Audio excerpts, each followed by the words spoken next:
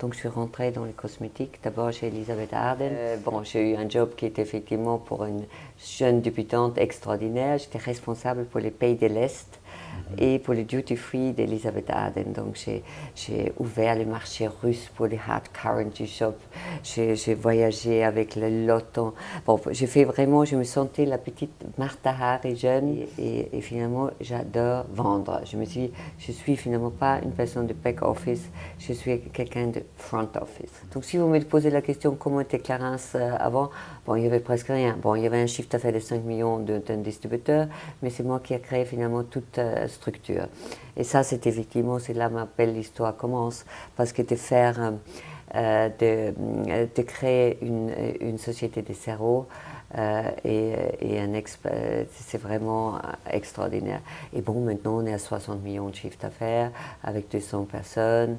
Et il y a beaucoup de gens qui sont encore là, qui étaient là avec moi le moment de la création. C'est pas imposer, mais c'est vendre. Et je crois effectivement c'est côté séduire mon employé ou mon vendeur, etc. C'est un petit peu mon style. Je crois que c'est important que les gens savent pourquoi ils font ça. D'abord, faites ce que vous aimez faire. Hein. Donc, première chose, on ne sait pas au début. On commence peut-être une étude. Osez de changer les études si vous trouvez que ce n'est pas ça que vous voulez faire. Moi, je conseille de rentrer sans finalement maintenant être déçu par la petite porte, ça veut dire par des stages, parce que ça, c'est aussi une manière de tester ce que j'aimerais faire. Il faut avoir un mentor, il faut avoir des gens qui finalement, que vous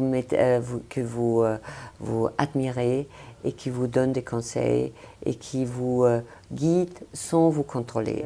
Si vous avez finalement, vous êtes dans une société où votre boss direct vous aime pas ou où vous trouvez que c'est pas la vraie personne, restez pas trop longtemps parce que finalement c'est pas dans cette société où vous allez grandir, où vous allez vous trouver finalement votre bonheur professionnel.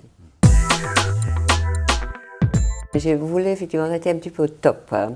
Je voulais effectivement un petit peu comme une actrice, c'est-à-dire ouvrir finalement, fermer les rideaux en disant merci à tous.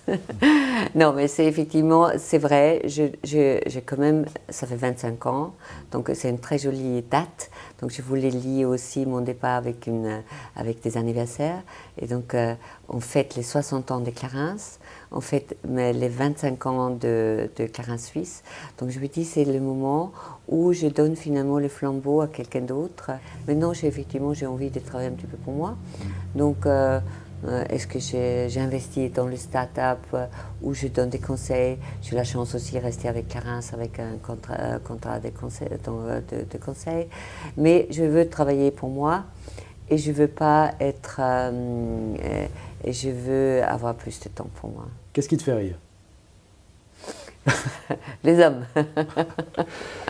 Qu'est-ce qui te fait peur? L'indécision. Qu'est-ce qui t'a le plus ému dans ta carrière? La reconnaissance de mon team. Où est-ce que tu te vois dans 10 ans?